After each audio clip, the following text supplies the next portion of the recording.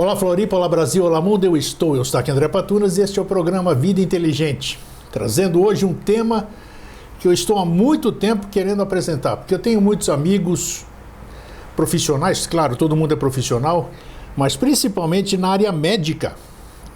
E o assunto que nós vamos conversar hoje, muitas pessoas desconhecem, a maioria desconhece, mas outras pessoas conhecem. E é um caso seríssimo que nós vamos conversar hoje. E talvez você vai se identificar com muitas coisas que nós vamos falar hoje aqui e você certamente vai ter que buscar ajuda. Que hoje nós vamos falar sobre síndrome de burnout. Burnout, uns escrevem burnout, soletram dessa forma, mas é burnout. E estou aqui com o Dr. Gustavo Matos, psiquiatra, especialista nos problemas de toda a ordem mental, e que vai nos explicar sobre essa questão. Doutor, prazer em revê-lo aqui. E antes da gente começar com o tema, me dê uma visão geral da mente humana hoje, com tudo que está acontecendo no mundo. Bom.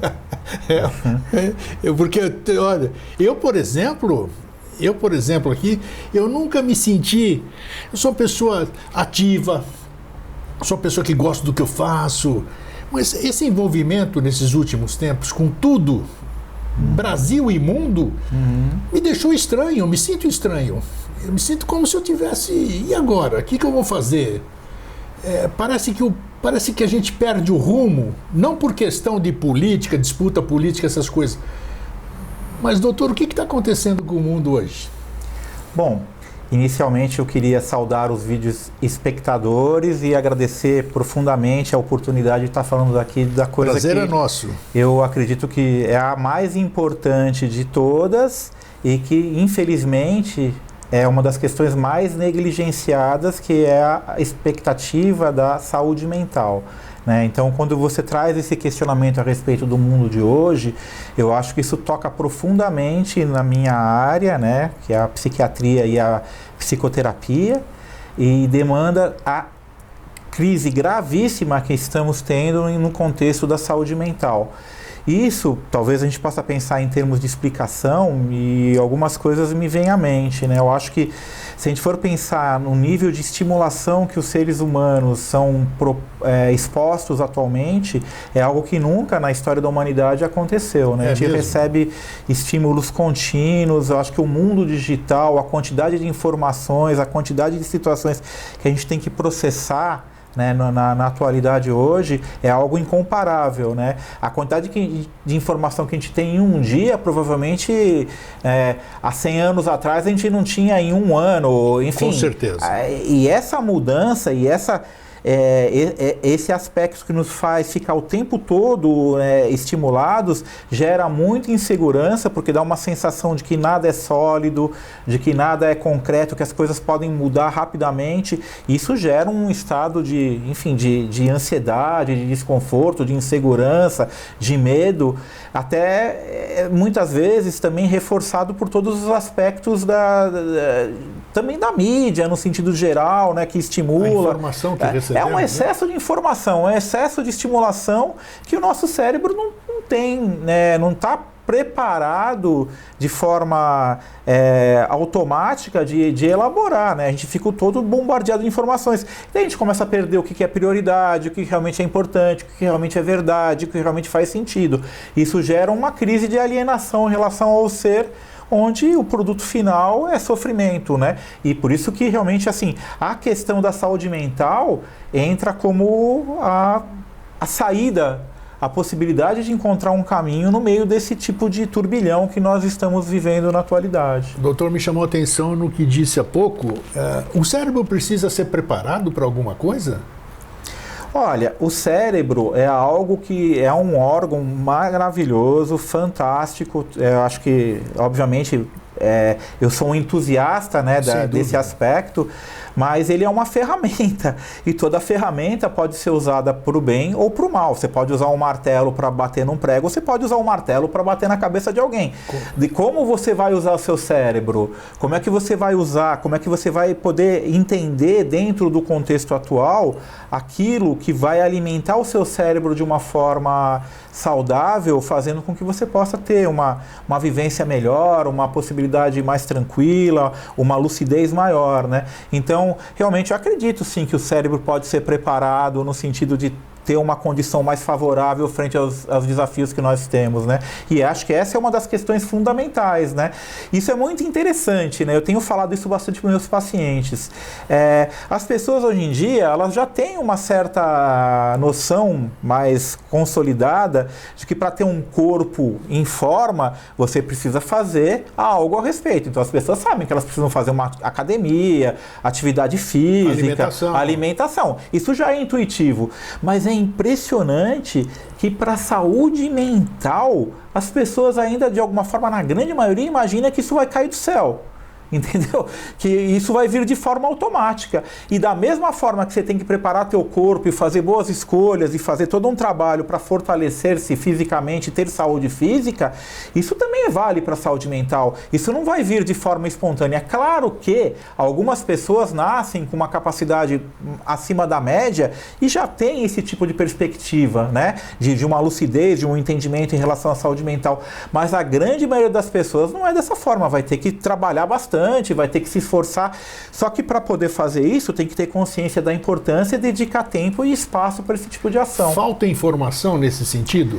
Na saúde mental? Eu acho que sim, né? Eu volto ao paradigma inicial, né? Que a partir do momento que saúde mental é uma das maiores crises da atualidade e a gente vê a quantidade de desinformação, o pouco investimento, a pouca priorização nesse sentido, eu acho que obviamente é uma falta de informação. E talvez esse seja o problema maior, porque por mais grave que seja, ainda é muito pouco investido, ainda é muito pouco priorizado, né? E é realmente uma das questões da realidade. Eu vejo isso no consultório todos os dias. Sim, imagino. A quantidade de pessoas que tendem a ter dificuldade de investir num tratamento de saúde mental é muito grande. Então, por exemplo, assim, uma coisa prática e corriqueira e até simplória. Muitas pessoas que têm indicação de fazer psicoterapia ficam questionando, e eu assim, vou contar uma coisa até anedótica, mas as pessoas falam que não têm, por exemplo, condições financeiras de fazer uma boa terapia. Mas muitas dessas pessoas eu vejo acompanhando ao longo do tempo que depois vão fazer coisas tipo viajar para a Europa, sim, colocar silicone, aparece com o celular. Prioridades, né? Prioridades. Obviamente, eu não tenho nada contra viajar à Europa, colocar silicone ou comprar um celular bom. Mas o que a gente está falando aqui é do que é prioritário, não tenha dúvida. O que realmente vale a pena, né? E eu falo frases assim que, obviamente, assim, são muito recorrentes na minha prática, que do tipo, com saúde mental, você dorme num casebre, você consegue lidar com uma situação, sabe, de privação, você consegue enfrentar situações importante de menos questões econômicas, de menos poder econômico. Agora, sem saúde mental, você pode viver num palácio e a sua vida vai ser de sofrimento e de dor. É isso mesmo. Mas é impressionante como o ser humano ainda, nesse momento de consciência da humanidade, ele está voltado muito para a exterioridade, buscando fora, buscando em coisas. Hoje mesmo eu ouvi, né, acabei de sair do consultório, um paciente falando que, quando eu ganhar na Mega Sena, enfim, a gente sempre fica esperando algo de fora para nos autorizar a poder viver melhor. E eu defendo com unhas e dentes, porque eu acredito profundamente nisso, que é um movimento contrário. A gente tem que começar de fora para dentro, no processo de autoconhecimento, de entendimento, de aprofundamento no sentido do ser, do sentido da vida. Enquanto não acontece isso, nós ficamos cegamente correndo para fora, perdidos e pulando de objetos um atrás do outro. Daí compra um carro, fica feliz uma semana, daí pula para outro, troca de mulher, troca de emprego, enfim. A gente fica achando que essa exterioridade nos vai trazer algo que vai dar essa solidez no sentido emocional e psíquico. E na grande, grande maioria das vezes, isso é uma falácia, isso é uma mentira e não funciona dessa forma. Claro que quando as condições financeiras são muito precárias, a pessoa tem realmente muita dificuldade econômica, por exemplo, passa situações de privação extrema, eu não vou questionar a necessidade desses aspectos. Claro. Mas para a grande maioria das pessoas que eu recebo no consultório, elas têm o suficiente para viver bem, mas de alguma forma não conseguem encontrar um caminho, porque provavelmente estão perdidas e alienadas nesse sentido. Né? Isso é muito comum. Você vê em escolas que os pais estão em atraso nas mensalidades escolares e param lá com o carro do ano na porta. Bom, né? São essas questões. Isso, se você parar para observar esse fenômeno, você vai ficar, obviamente, cansado de enxergar a dificuldade de priorização daquilo que realmente importa. Perfeito. E o mundo de hoje tem perdido isso profundamente. Eu não sei se, enfim, se não é o mundo de hoje, mas acho que a humanidade ela tem uma questão nesse sentido. Mas atualmente isso é muito recorrente. A gente não prioriza realmente o que é mais importante. Não. E quando chega aí, tá tudo dentro do nosso assunto. Vocês já vão ver como é que está tendo do assunto. Não, sem dúvida, porque isso é total. Hoje existe também aquele tabu. Estão falando com um doutor que é psiquiatra, um doutor da mente. Eu falo, eu preciso de um psiquiatra. Ih, você está com louco? Associa psiquiatra com loucura. Isso precisa ser modificado, eu acredito. O que é a saúde mental? Talvez explicar o que é saúde mental. E segundo, tem horas que eu percebo, eu convivo com muita gente, eu sou da mídia, eu percebo que as pessoas mudaram e elas não se deram conta que mudaram. E aí mudaram mentalmente, vamos dizer. Você percebe que está com alguma mania, você percebe que está um pouquinho esquizofrênico, né? Porque quem está fora enxerga melhor do que o próprio. E aí muitas vezes a pessoa não se dá conta disso e quando se dá conta, o doutor está aqui para confirmar ou para me desmentir, já está num estado mais difícil de ser tratado, digamos assim, né? Sim, sem dúvida. Existe isso, umas coisas assintomáticas que aconteçam e que... Olha, eu acho que a gente pode começar no sentido da sua colocação de uma fala que ainda realmente existe muito preconceito em relação aos profissionais de saúde mental. Sim. Isso faz parte do própria questão que eu falei da negação da importância da saúde mental. Isso é relevado a segundo plano. As pessoas sempre acham que vão encontrar outras formas, né? E obviamente muitas vezes algumas formas são válidas, mas acabam se privando de utilizar uma ferramenta extremamente importante que estuda profundamente a possibilidade de encontrar formas de equilíbrio melhor em relação à vida, né? Então existe ainda muito preconceito. Isso melhorou, né? Tem melhorado, a gente vê claro, uma possibilidade de maior aceitação em relação aos profissionais de saúde mental, mas ainda existe muito preconceito e obviamente uma parte desse preconceito vem também acho que da postura dos psiquiatras. Acho que é muito importante esse tipo de interlocução para mostrar realmente o cerne do trabalho, mostrar a experiência de trabalho que é possível, né? E desmistificar essa ideia de que psiquiatra é só para louco, né? Isso é uma ideia muito ruim, né? Que atrapalha muito as pessoas. E também tem a questão da negação, né? Quando a gente fala das pessoas que entram em processos e não se percebem, esse é o problema maior de qualquer situação desfavorável, né? A negação é aquilo que impede de existir uma ação efetiva de melhora. Enquanto você nega que tem um problema, você nunca pode resolver esse problema. E talvez para algumas pessoas ainda é interessante negar porque é muito vergonhoso, é muito aviltante, elas se sentem inferiorizados por terem uma dificuldade, por terem um problema, e ainda mais um problema de saúde mental. Isso é sentido como um sinal de fraqueza, é um sinal de algo muito desfavorável. E é muito necessário que a gente converse e mostre que isso é um problema como qualquer outro, que tem solução, que tem jeito, mas obviamente é necessário trabalho, é necessário ações que são efetivas, que são sérias nesse sentido, né? Então realmente é muito importante, inclusive, esse tipo de pergunta que você fez, para que a gente possa falar a respeito desse tópico e tentar criar uma condição de dividir o conhecimento para as pessoas no sentido geral e elas poderem também perceber o quanto é importante cuidar da própria saúde mental, se conhecer, se entender, para que possa ter uma vida maior de equilíbrio. Muito bom. E agora, antes da gente entrar direto no tema da síndrome de burnout, e vocês vão descobrir o que é já, quem não sabe ainda. Doutor, qual é a perspectiva de saúde mental do futuro, para os próximos anos, vamos dizer. Como o senhor vê a saúde mental da humanidade, claro, não vamos falar só de Brasil, né? Para o futuro, como é que o senhor tem? Que visão o senhor tem? Olha, eu acho que a gente vai entrar, né, no sentido de haver uma piora progressiva nos próximos anos, até que realmente a gente passe para uma outra fase, onde as gerações já venham mais preparadas para poder assimilar isso e aprender. Ontem, é interessantíssimo isso, ontem eu falando com uma paciente em terapia, e ela me falou que a gente deveria aprender coisas a respeito do funcionamento da saúde mental e as coisas que a gente estava trabalhando em psicoterapia, né, na escola, né? Porque ela se deu conta, né? E isso é muito interessante, eu falo disso, sim. A gente vive e aprende muita coisa desfavorável na infância, né?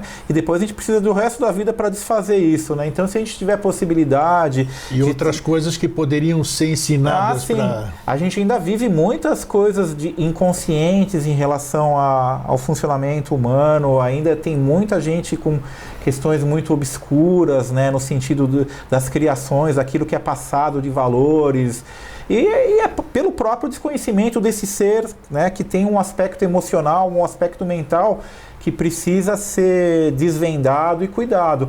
Mas, obviamente, eu falo isso no sentido que eu acho que tem que ter uma pior... É o mecanismo que eu estava falando da negação. A negação funciona assim, você finge que não tem um problema até acontecer uma situação muito grave. Sim. Quando acontece uma situação muito grave, de fundo de poço, geralmente, né, você é obrigado a tomar as ações para começar a fazer o caminho de volta.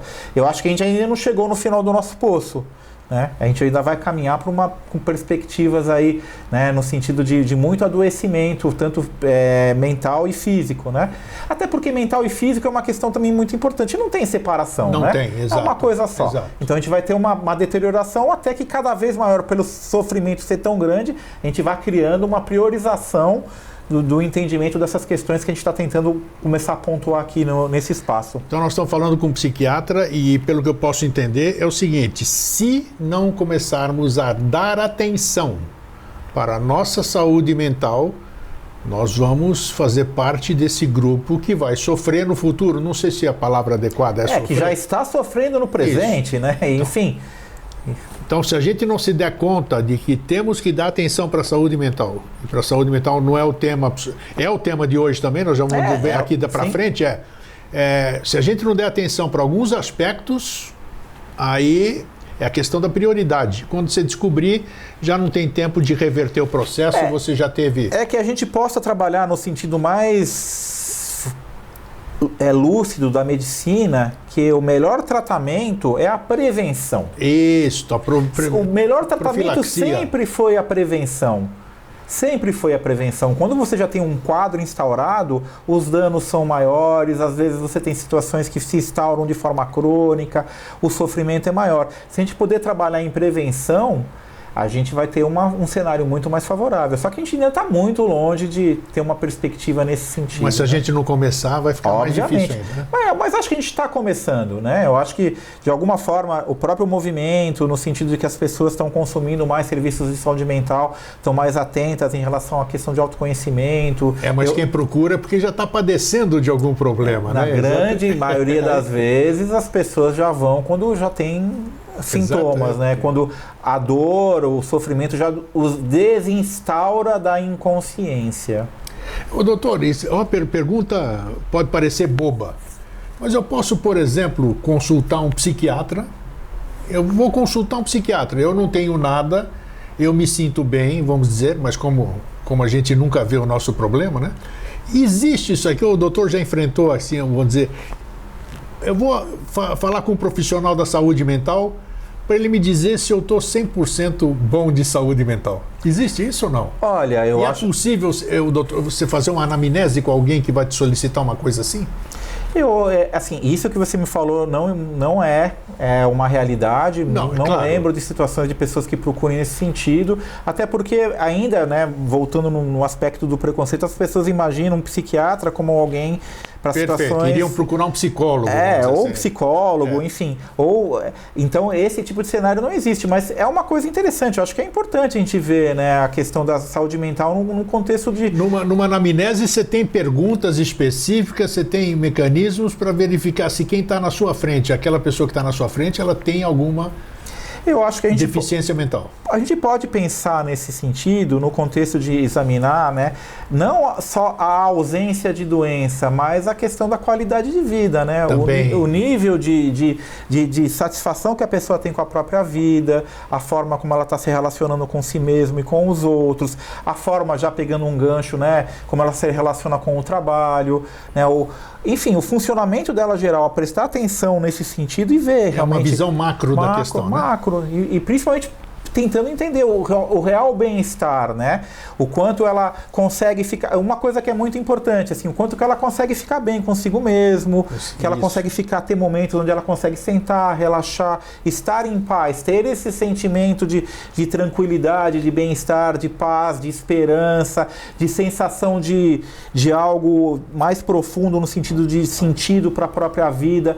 Eu acho que são esses aspectos que são olhados num contexto mais amplo de saúde mental, saído do modelo de doença, né? Quando você só vai para cuidar da doença, porque é fácil, por exemplo, reformulo, não é tão fácil assim, mas a pessoa tem uma depressão, ela pode melhorar da depressão, mas isso vai significar que ela vai estar vivendo bem? Não. Às vezes não, ela vai só não estar tendo aquela tristeza, mas se ela não tem um sentido de existência, de que a vida dela tem sentido, de que as relações dela são significantes, que o tempo dela é usado de forma valiosa, de que ela consegue... Se ela não se ajudar, não tem... Né? Enfim, isso é muito importante. Eu acho que a gente vai poder falar disso também na questão do tema a posteriori. Mas é esse sentido de compreensão da vida com um significado, com prazer, com uma sensação de algo realmente válido, né? Que é diferente muitas vezes, aí falando da questão anterior do mundo atual. O mundo atual, se a gente deixar de for viver, a gente entra numa roda viva inconsciente de produzir, de funcionar, de dar conta dessa exterioridade, e quando a gente vê, a gente está completamente alienado, ansioso, com dificuldade de se relacionar, com raiva no trânsito, sem paciência para atenção para os filhos, brigando com os amigos, tendo dificuldade em dormir, comendo mal. É esse processo de aceleração que a gente já toca no início da nossa conversa, que se reflete por uma ausência também de saúde mental, sabe? Eu acho que... Só que é muito difícil, porque o arrasto para essa roda viva é muito forte, é muito inconsciente, e a gente facilmente, se não tiver uma base mais sólida de realmente tentar reverter e prestar atenção, a gente rapidamente vai para a exterioridade e começa a funcionar meio robotizado, com demandas e cada vez mais, e não tem fim. Não tem fim.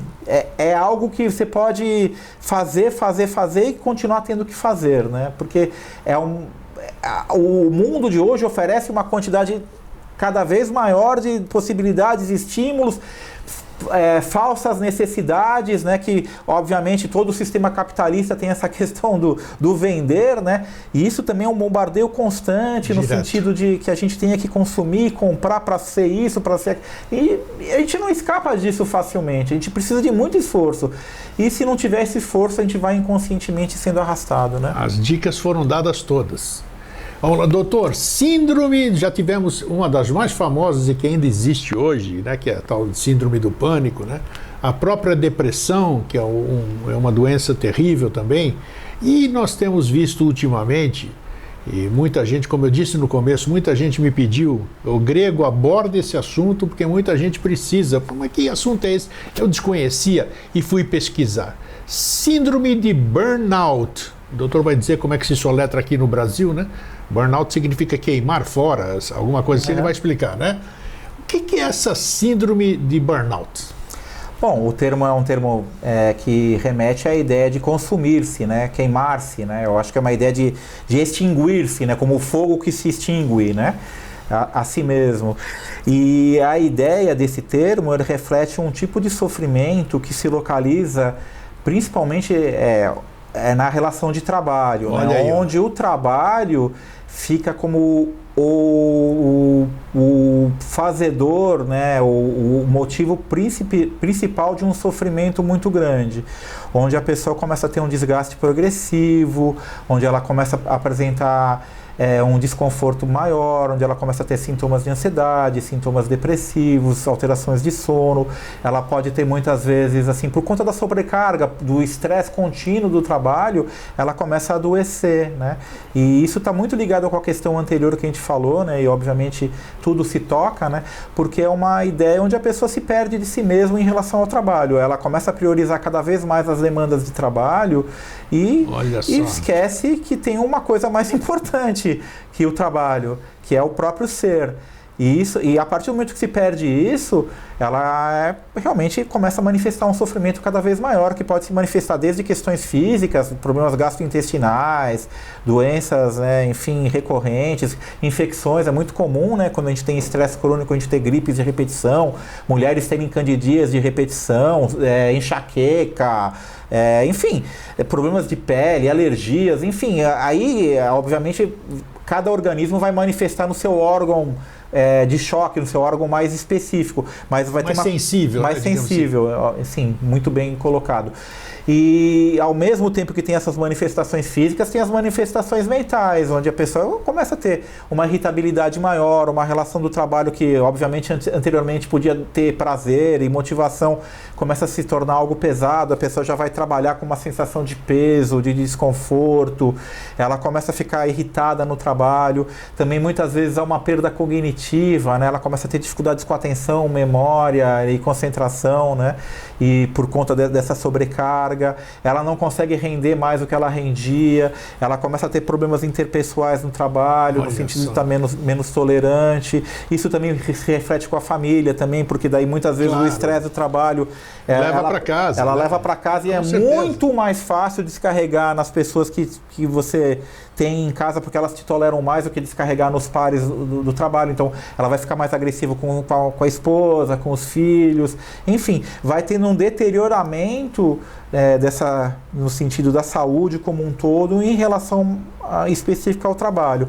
Isso é descrito de forma a profissões que têm muita exigência, muita demanda, situações onde há muita meta, e realmente assim, isso é comum em médicos, é mais comum, né, em médicos, profissionais da saúde, pessoas que trabalham com, por exemplo, situações de violência. É muito comum em profissionais que trabalham, por exemplo, com violência da mulher ou o conselho tutelar, né, que ficam expostos à situação de violência contínua, porque policiais, professores, bancários é muito comum também, das profissões assim. Olha o leque enorme.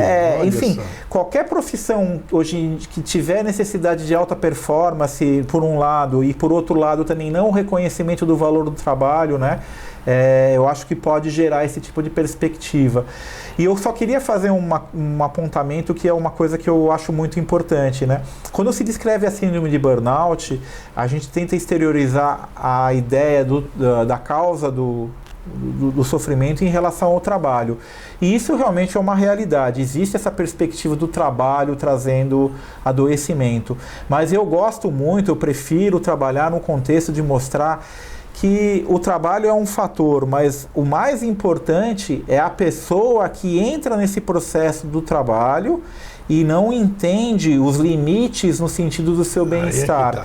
Porque é muito fácil você culpar o externo pelas suas condições. Obviamente, em alguns momentos, a gente tem que atuar no externo e é fundamental essa transformação também, a responsabilização do agente externo. Mas eu acredito, até em termos de potência, no sentido do que a gente pode fazer pela gente mesmo e da responsabilidade que a gente tem com o nosso próprio ser, que a gente tem que ser responsável pelo nosso bem-estar. E na minha forma de abordar, o burnout não se constrói na relação só com o trabalho, se constrói com o próprio indivíduo que conscientemente ou inconscientemente vai aceitando essas condições. Ele contribui para... Ele é coautor dessa construção. Ele é coautor dessa sensação de permanecer num lugar, né, onde começam a lhe oferecer coisas que são muito violentas, muito aviltantes, que lhe causam impacto emocional. E aí entra a questão que eu lhe coloco. Se você não conhece a ti mesmo e entende o que te faz bem, o que te faz mal, você pode fazer escolhas péssimas. Você pode permanecer em lugares muito ruins, né? E claro que em situações onde a pessoa está muito fragilizada, ela precisa muito daquela questão profissional, ela não tem condição de escolha, a gente vai lidar com esse contexto.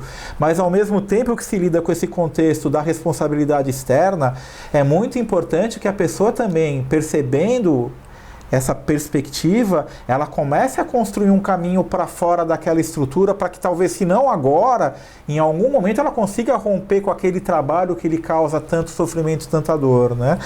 Então, mas de qualquer forma, é muito complicado a gente trabalhar num lugar onde a gente não sente prazer, onde a gente, por exemplo, uma questão que eu posso falar, já que eu citei os bancários, eu tenho inúmeros pacientes que trabalham, e não só bancários, mas só já fui bancário. Eu só pego um exemplo. Atualmente... A cobrança é enorme. E é enorme, e tem um aspecto que eu posso apontar como enlouquecedor, que é o seguinte: você tem uma meta. Isso. Você se mata para atingir aquela meta. No momento que você atinge aquela meta, ela cresce. E não tem fim. O retorno que eu tenho dos pacientes que me trazem nesse sentido é que não tem fim. E é muito interessante, né? Eu vou falar algo anedótico, não serve de fórmula para ninguém, mas é só uma colocação. Alguns pacientes que falaram que conseguiram entrar em equilíbrio com isso são pessoas que nunca... Elas falam, olha, eu não entrego os meus 100%, eu faço 80%, 90%, faço... Enfim, para não criar essa coisa. Claro. Porque se você atende... Vai ser exigido mais e mais. Mais e mais. Então tem uma armadilha muito grande nesse sentido, né? Então, a relação que a pessoa tem com esse tipo de oferta, no sentido do que o empregador oferece dessas metas impossíveis, é fundamental. Se ela não entende que está sendo oferecido algo impossível, ela vai enlouquecer. Ela vai ter problemas de saúde mental, porque ela vai ficar correndo de algo que é impossível. Outro exemplo interessante, por exemplo, na pandemia, os profissionais de saúde, principalmente os que estiveram na linha de frente, tiveram burnout. 70% dos pacientes de linha de frente tiveram o que pode ser burnout. Se você começa a lidar com situações onde Tanto é que a OMS normatizou a síndrome de burnout, né? A partir de 2022, 2011. A seriedade da questão. Por conta disso, a partir do CID-11, né, houve uma mudança no sentido de mostrar como uma doença ocupacional mesmo, isso se tornou mais impactante nesse sentido. Mas só para mostrar que você lidando com situações de frustração contínua, onde os pacientes estão morrendo e você impotente não consegue resolver, isso gera uma sensação que você não está conseguindo dar conta do seu trabalho. E isso também gera um sentimento de desvalia no seu trabalho. Em vez de você ficar satisfeito com o seu trabalho, você volta para casa desmoralizado. E se isso acontece por um tempo relativamente maior, é muito impossível você ter uma sensação de bem-estar e você vai estar adoecendo mentalmente. Antes de profissional da saúde, é um ser humano, né? Então, é um ser humano, como qualquer outra pessoa. Esse é o aspecto... Nossa, Eustáquio, esse é o ponto. Antes de qualquer coisa, somos um ser. E se a gente não atenta às demandas do ser, a gente se perde nessas exterioridades. E aí a gente vai entrando por caminhos e perdendo contato com o ser. Se a gente perde contato com isso, a gente está perdido, literalmente falando, né? Outro exemplo nesse contexto, pessoas que trabalham com violência, né? Conselho tutelar, policiais. Você vê violência um dia, 2, 3, você ajuda uma pessoa, mas você não ajuda 5, sabe? Você começa a ficar com uma sensação que você está enxugando gelo. Isso também torna a relação com o teu trabalho uma sensação muito ruim.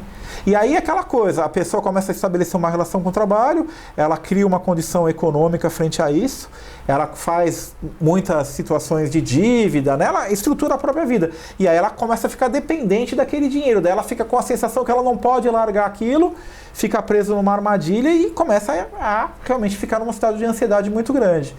Então, realmente é muito importante que a gente examine a relação com o trabalho para que ele possa ser significativo, respeitoso consigo mesmo e obviamente a partir daí vão ter muitas propostas ruins, o mundo vai te oferecer muitas coisas ruins, e é da nossa responsabilidade tentar encontrar um lugar onde a gente se sinta minimamente confortável para poder exercer a nossa potência, a nossa criatividade, nosso dom, né, que a gente tem em relação ao nosso trabalho, né? Qual é o tratamento, que é um caso seríssimo, né? Já está nos profissionais de saúde no mundo inteiro, isso é um caso sério. Para você que desconhecia, pesquise que você vai ver a seriedade da questão. Como se trata, qual é o tratamento para síndrome de burnout? Olha, como o burnout nesse contexto está sendo ligado como uma questão relacional, né, na relação do indivíduo com o trabalho, mas aí da forma como eu gosto mais de olhar na relação do indivíduo consigo mesmo. Sim, né? Primeiramente. Né? A indicação primordial é psicoterapia, é autoconhecimento. Enfim, basicamente o indivíduo parar, sair da correria de dar conta das metas ou das demandas externas e olhar para si mesmo. Existir para si mesmo e se colocar em primeiro plano para começar a cuidar de si mesmo. Esse é o tratamento, então psicoterapia. Obviamente, quando as pessoas chegam a mim, e daí eu vou falar na minha experiência, basicamente, muitas vezes eu faço afastamento do trabalho, eu sou obrigado a afastá-los, período de tempo. Sim, né? Senão não vai funcionar. Né? Inicial. E algumas vezes a gente medica, quando os sintomas são muito agressivos, claro. Né? Quando a ansiedade é muito intensa, quando o indivíduo está com sintomas depressivos mais exuberantes, quando tem muita dificuldade com sono, quando está muito irritado, tem uma manifestação mais grosseira da sintomatologia, a intervenção medicamentosa entra como algo para apagar o incêndio, para dar um primeiro rescaldo nessa situação. Sim. Mas, obviamente, aí entra a questão que é muito importante, e eu acho muito, muito bom, cada vez que eu tenho a oportunidade de falar disso, eu fico muito motivado. A medicação, ela é importante, mas a medicação também tem que ser vista como algo num contexto muito, muito mais amplo, porque isso eu já vi inúmeras vezes, e isso é a coisa que eu mais temo, né, num contexto de passar remédio para algum paciente. Se eu medico alguém e a pessoa melhora, o maior risco que a gente tem é que ela melhore e volte a funcionar do mesmo jeito. Ah, sim, porque melhorou. Porque melhorou. Isso é muito comum. Muito comum. A gente melhora, a pessoa volta a funcionar no automático. O que vai acontecer? Ou essa melhora não vai se sustentar por muito tempo, a pessoa vai começar a ficar, de alguma forma, necessitando da medicação para entrar em equilíbrio. Alguns casos, isso é real. Algumas pessoas vão precisar de medicação de forma contínua, existem desequilíbrios químicos que vão além de qualquer intervenção ambiental, psicoterápica ou de autoconhecimento. Existe o limite biológico, né? E eu gosto sempre de falar, por exemplo, vou partir para um exemplo da diabetes. Tem pessoa que controla diabetes com atividade física e alimentação. Muitos casos. Agora, tem gente que nasce com diabetes juvenil que tem que tomar insulina desde a infância. Isso. Tem o limite físico, tem o limite orgânico, a gente tem que respeitar isso também. Mas o que eu estou tentando apontar que é importante que a pessoa, até para chegar à conclusão se existe um limite biológico, que ela invista muito em outras práticas de autocentramento, para que ela possa falar, não, eu fiz tudo o que eu podia, e realmente esse é o meu limite. A partir daí eu fico em equilíbrio com o remédio, daí tudo bem, eu vou tomar o remédio sem conflito, eu vou aceitar isso como uma pessoa que tem hipotiroidismo e tem que tomar remédio para tiroide, ficar bem com o remedinho da tiroide dele, eu vou tomar como remédio da pessoa que tem diabetes e toma o remédio da diabetes e controla a diabetes. Mas eu falo que só remédio é uma coisa muito pobre, é muito pobre. A pessoa tem que tentar encontrar formas de autocentramento, ela tem que mudar o estilo de vida, ela tem que entender a relação com o trabalho. Só tomar o remédio, dar uma acalmada, pegar um mês de atestado, voltar para as mesmas coisas, para o mesmo tipo de relação com o trabalho e principalmente essa relação consigo mesmo que não entende, né, as escolhas. A recaída vai ser muito pior, provavelmente. A pessoa vai continuar em sofrimento, a gente só vai estar postergando, a gente só vai estar, digamos, fazendo quebra-galhos ali, dando uma melhorada, e isso para mim não é o objetivo principal. Obviamente, algumas pessoas têm o direito de escolha dessa modalidade, tem algumas pessoas que não vão querer, vão querer isso. Eu respeito, mas eu como psiquiatra, ou como profissional de saúde, e como ser humano, eu tenho ambições maiores, eu acredito na necessidade da gente tentar ir além, sabe? Isso é muito incrível também, porque eu acho que o que me motivou na minha carreira foi muito a curiosidade a respeito do funcionamento psíquico. E aí eu posso contar que eu comecei a fazer medicina, e a partir do 3º ano de medicina eu comecei a fazer psicoterapia, porque comecei a ter questões ali. E no momento que eu comecei a fazer psicoterapia, eu achei incrível aquilo, no sentido de ter uma perspectiva... Podia ser uma ferramenta fabulosa. Essa curiosidade a respeito da gente mesmo. O que é a gente mesmo? Qual que é o significado nosso, né, no sentido do mundo? Esse tipo de curiosidade me fascinou. E aí eu vi que para ser psicoterapeuta a melhor forma seria ser psiquiatra. Hoje eu vejo que não necessariamente, poderia ter feito qualquer outra coisa, que existiriam outros caminhos. Mas ajuda, claro, mas muito. Psiquiatra é a questão que está mais associada nesse sentido, né? E aí eu sempre tento despertar nas pessoas esse tipo de curiosidade, porque para mim isso é o ar que eu respiro, é a coisa mais importante, sabe, que eu acredito que a gente tem em relação à responsabilidade a respeito de si mesmo, conhecer melhor a si mesmo e a partir daí tentar criar uma condição melhor no mundo, né? Então, o primeiro passo, pelo que o doutor está falando, o primeiro passo de alguém que está sentindo alguma coisa nesse sentido é tomar uma atitude. Se eu tenho, por exemplo, sou médico, eu tenho 8 cirurgias por dia. Cirurgia é um negócio que você não sabe quanto tempo vai durar. Então eu não dou conta daquilo, eu tenho que ter, como é que se diz, a consciência de falar, chegar lá não sei aonde, na administração, olha, eu sou um bom profissional até o momento que eu estabeleço, chego no meu limite. A partir daí eu coloco em risco a minha pessoa, o paciente, o nome do hospital e tudo. Então é a questão de atitude, não é? Olha, é uma coisa muito importante. Você falando agora, eu lembrei de coisas antigas, eu lembrei de quando eu era residente, né? Isso há cerca de 3 décadas, digamos assim. E eu lembro que na residência, um dos lugares que a gente passa por tudo, né? E a gente passa também pela cirurgia. E eu sempre lembro disso. Eu lembro de pessoas na residência de cirurgia se vangloriando por estarem de plantão há 36 horas. Olha aí, ó. A 48 horas, enfim, como se aquilo fosse uma medalha, como se aquilo fosse um mérito, né? Ele não é igual, não era igual. E a própria cultura do médico, ela implica numa questão dessa ordem.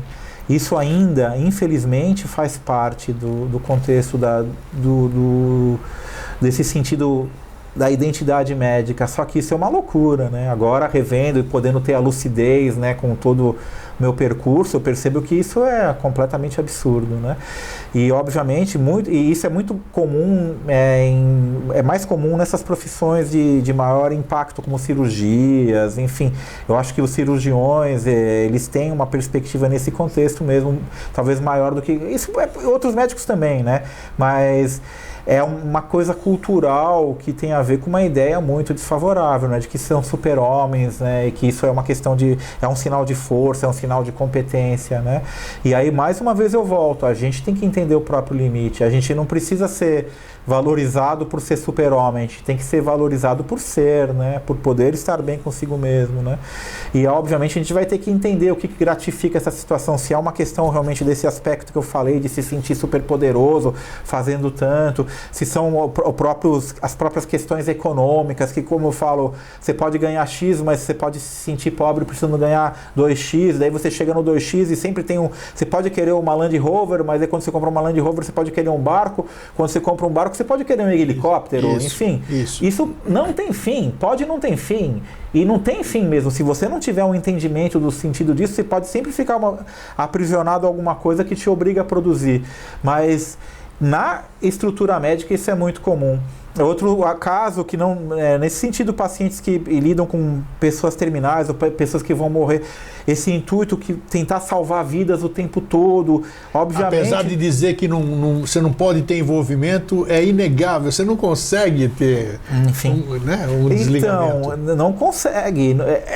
Olha, eu acho que para você ter o desligamento, você tem que ter um trabalho nesse sentido de entender dúvida, qual que é o seu limite, qual que é a sua carga, até onde você pode ir, o que você consegue fazer, os seus limites. A gente está falando o tempo todo de limite, né? Uma outra coisa interessante, já que a gente falou de burnout, um outro cenário específico do burnout que eu consigo ver, tem a ver com pessoas que têm uma questão onde a única gratificação que elas têm, elas se sentem muito boas no trabalho. E provavelmente e são pessoas que talvez a vida pessoal não é tão interessante, elas têm problemas de autoestima, e o trabalho é a única forma de ela ter uma gratificação no sentido de ela se sentir bem, respeitado, validado. E aí ela tem que trabalhar. Ela tem que trabalhar muito. E eu vejo pessoas no consultório que falam que, por exemplo, nas férias, elas ficam muito angustiadas, porque elas não sabem fazer... Não sabe o fazer, a não ser trabalhar. Elas não sabem o que fazer consigo mesmas, entendeu? A não ser trabalhar, como se o único valor da existência estivesse no trabalho. Então, esse cenário de desgaste profissional eu também pego em psicoterapia com uma certa frequência. Só que isso também está ligado muito à questão da autoestima, da ideia de valor como um todo, pessoas que realmente se imaginam que não podem ser validadas nas relações pessoais. E aí é muito importante também ver se a pessoa não está utilizando o trabalho como uma fuga, como uma forma de fugir do resto do mundo, de fugir da dificuldade de se relacionar afetivamente, de fugir das relações familiares, enfim, de fugir de entrar em contato consigo mesmo. Então, muitas vezes o trabalho, principalmente pessoas que são bem-sucedidas no trabalho, correm o risco de, quando começam a ter conflitos em outras áreas, para não enfrentar esses conflitos, mergulhem mais no trabalho. E, obviamente, isso vai funcionar por um tempo, até porque fugir adianta. Sim. Funciona, mas só fugir não adianta. Chega uma hora que não adianta mais fugir e que a gente vai ter que lidar com as questões. Então, esse também é um ponto importante mesmo. Muitas pessoas recorrem ao trabalho, principalmente quando são bem-sucedidas. Elas têm que tomar um certo cuidado para não se fascinarem e quererem colocar o único valor da própria vida no sentido do profissional e esquecerem o resto. E às vezes elas são bem-sucedidas porque elas se sacrificam muito às outras coisas, né? Elas trabalham de forma... Esses são os workaholics, né? Elas trabalham compulsivamente e esquecem do resto. E aí ficam, muitas vezes, num ciclo vicioso, porque quanto mais elas trabalham, mais elas investem na vida pessoal, e aí elas precisam trabalhar mais para se gratificar. A gente tem que ter equilíbrio, a gente tem que ter uma relação familiar, a gente tem que ter amigos, a gente tem que ter uma relação afetiva boa. Tempo para todas essas trabalho. coisas. Eu sempre falo que isso tem a ver com o mercado financeiro, né? Se você investe todo o seu dinheiro numa única aplicação, corre um risco danado. Você corre o risco de ficar na miséria. Agora, a gente está falando de diversificação aí dos afetos, né? Dos sentidos afetivos. De investir em vários âmbitos da sua vida. Investir na atividade física, investir no lazer, investir nas coisas lúdicas, investir na relação afetiva, no casamento, na relação familiar, investir nos amigos, investir nos hobbies. A gente não é uma coisa só, né? A gente tem vários talentos, então é muito importante encontrar outras gratificações além do trabalho. Isso faz, até assim, ainda mais em profissões que tem muita exigência e risco. Você precisa ter espaço onde você não precisa se sentir produtivo, onde as coisas podem ser lúdicas, onde você pode voltar a brincar. Porque é bom brincar, porque é bom se divertir. Sem isso não existe saúde mental. Só que isso se perde facilmente. E aí a necessidade de a gente ver a importância e fazer todo um caminho de volta em relação às prioridades. Como é que o doutor Gustavo enfrenta o risco de uma síndrome de burnout? Porque o doutor Gustavo eu sei que trabalha muito. Então está aqui falando sobre qual é o seu segredo, vamos dizer, se aqui tem, de conseguir se manter um médico equilibrado. Então, isso é uma coisa muito interessante, porque mesmo eu podendo refletir tudo isso para vocês e falar de uma forma bem objetiva que eu estou te falando aqui hoje, eu posso dizer que para mim, em alguns momentos, também é um desafio. Mas, obviamente, né, com os recursos que eu desenvolvi ao longo da vida, eu consigo me perceber e fazer os movimentos de volta. O primeiro ponto que eu acho que me ajudou muito a poder lidar melhor com tudo isso foi a própria questão do autoconhecimento. Então, psicoterapia, né? Muitos anos de tratamento individual, muitos anos de busca de autoconhecimento, mas não só de psicoterapia. Aí viram outras vertentes, assim, obviamente de filosofia, claro, né? No sentido amplo, de conhecimento do mundo. Essa curiosidade eu falei a respeito do mundo, do funcionamento do ser humano, sempre foi algo muito importante para mim. E eu acho que, por último, agora, a questão que também tem me trazido uma perspectiva perspectiva de entendimento é a espiritualidade. É uma coisa que eu vejo com muito bons olhos, no sentido de trazer sentido, de trazer entendimento, né? Obviamente, isso com o nome de espiritualidade tem milhões de possibilidades. Estou falando de uma coisa específica, pessoal, que eu chamo de espiritualidade, que tem a ver com uma possibilidade de tentar entender um sentido mais amplo do que só a existência finita que a gente tem aqui, né, na Terra, né, digamos assim. Obviamente, assim, uma coisa que é muito importante para mim é a atividade física aeróbica. Isso, eu posso lhe dizer que se eu não faço, eu fico mal. Então, é muito importante. Eu tento passar essa verdade para os pacientes. Esse é um dos remédios mais poderosos que existem e é um remédio barato. Não precisa de um tênis, precisa de uma bicicleta, no meu caso. Eu sou apaixonado por pedalar e a gente mora numa cidade muito propícia, porque o pedalar em Florianópolis nos coloca em contato com a natureza. A gente vai para lugares belíssimos que a gente tem que valorizar. Então, essa é uma coisa que eu gosto muito de fazer. Obviamente, família, saber que minha família está bem, poder ter contato, ver que as pessoas que ao meu redor estão bem, né? Esse contato com as pessoas que estão ao meu redor, né? Trocar com os amigos, trocar experiências também é uma coisa muito importante como um todo, né? E os meus hobbies, né? Eu gosto muito de jogar xadrez, é uma paixão, eu gosto de ouvir música, eu sou completo. A música, para mim, é uma das coisas mais... Eu acho que desde que eu tive contato com música boa, eu vivo ouvindo música. Sim. Eu até fiquei surpreendido, porque eu tenho o Spotify, né?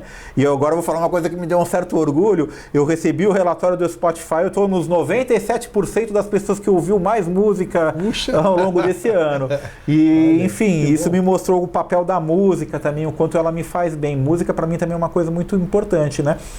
E eu acho que o maior nesse sentido é entender que eu preciso de espaço e tempo, sabe? Para poder... Então Meditação também é uma coisa muito importante. Então está se vigiando sempre. A gente saber que a gente precisa de espaço e tempo, porque a gente entra, vai no dia a dia, tem as obrigações profissionais, a gente entra, trabalha. Coloca o seu limite no trabalho também, quer dizer, eu tenho 50 pacientes, mas eu só posso atender 28. Exatamente. Eu não vou atender. A gente tem que entender. Claro que em alguns momentos, por exemplo, para mim é o que às vezes acaba sendo um pouco complicado, que eu vou falar uma coisa para trazê-lo aqui foi difícil, eu sei, por isso que eu estou falando. Não, mas uma coisa que é engraçada, por exemplo, feriado, para a maioria das pessoas é uma coisa boa, mas eu estou criando uma relação com feriado que não é tão interessante, porque quando eu tenho feriado, eu trabalho muito mais nos outros dias da semana, então eu não estou pensando, começo a pensar se feriado é uma coisa tão interessante para mim nesse contexto, né? Antes do recesso agora de Ano Novo e Natal, que eu tirei uns dias de folga aí, né? Eu trabalhei tanto na última semana, tanto que quando você me convidou para fazer eu falar por burnout, que eu falei que eu estava precisando também. Porque era uma semana que eu estava até a tampa de trabalho. Mas, obviamente, isso é uma coisa importante também. Eu acho que aí tocou um outro ponto. Tem momentos na vida que a gente é obrigado a fazer coisas, assim, a gente é obrigado a ralar mesmo. Mas, assim, são momentos. Não contumácia. Isso não é um estilo de vida. Isso tem que ser feito como uma coisa pontual. O problema é que muitas pessoas entram nesse sentido e tornam isso uma rotina, isso se torna o comum. Aí não tem jeito, a gente tem resiliência, a gente tem força, e a vida não é simples, a gente tem que trabalhar, lutar, a vida é luta também. Então, eu não estou falando para as pessoas fugirem da luta, ou apequenarem suas possibilidades, ou se acomodarem. Eu estou falando da necessidade de equilíbrio primordial de entendimento de limite, entender o que é valioso, quais são os valores e qual que é o sentido da vida no aspecto mais amplo. A partir daí, a gente vai ver em cada momento quais os desafios que a gente tem. Se é momento de ralar mais e trabalhar mais, a gente vai fazer, mas a gente sabe que a gente está fazendo isso com uma perspectiva outra, né? Que é diferente de entrar num lugar que a gente não vê o final, né? E eu acho que isso é enlouquecedor, porque se você entra numa situação de sofrimento que você não vê final, você começa a ficar cada vez mais angustiado, dá vontade de pular fora do trabalho, enfim, etc. Com certeza, com certeza. No caso, a situação vai se agravando cada vez mais. Doutor, eu acho que nós fomos bem na nossa proposta aqui. Foi muito bom, grandes alertas, grandes dicas.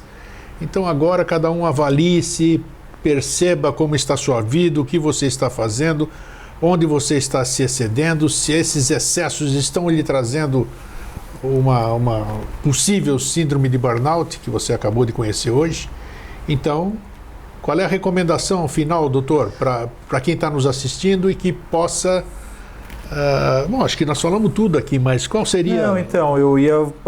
talvez a frase final que eu gostaria de deixar é que olhem mais para si mesmo, busquem mais autoconhecimento, menos Instagram, menos rede social, menos televisão, difícil. menos notícia e mais olhar para si mesmo. Acho que a partir daí a gente tem uma chance maior. Né? Autoconhecimento. Autoconhecimento. E o autoconhecimento, ele não está nessa exterioridade, ele está numa relação de poder entrar em contato consigo mesmo. Claro, existem aspectos aí no mundo externo. A psicoterapia ajuda muito nisso? Psicoterapia ajuda muito, sem dúvida. Qualquer trabalho de voltar a si mesmo, um trabalho sério nesse sentido, ajuda muito. As informações são importantes, mas também não adianta receber muita informação, porque a gente tem que absorver cada informação, né? E, enfim, por isso que também essa questão de muita informação do mundo digital é complicado.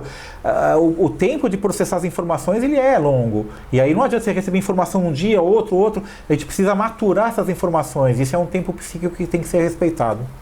Então, gente, para quem quiser alguma informação complementar, nós estamos falando de Florianópolis, claro. Então, aí embaixo está o crédito com o contato do Dr. Gustavo. Se você reverberou alguma coisa e você sentiu necessidade de conversar com ele, anote, marque uma visita, marque o contato e mude sua vida. Doutor, muito obrigado mais uma vez. Eu sei que o seu tempo é preciosíssimo, foi difícil trazer, mas trouxemos aí, pudemos compartilhar. Olha, agradeço mais uma vez profundamente, é sempre uma oportunidade, algo que me apaixona poder, de alguma forma, tentar sensibilizar, né, alguém no sentido de poder ser mais cuidadoso consigo mesmo. Muito obrigado, Eustáquio, muito obrigado. E eu sempre termino assim, com isso aqui: quem não vive para servir, não serve para viver. Então, servir, levar informação boa, levar saúde, levar bem-estar é maravilhoso. Um fraterno abraço e um feliz sempre. Tchau.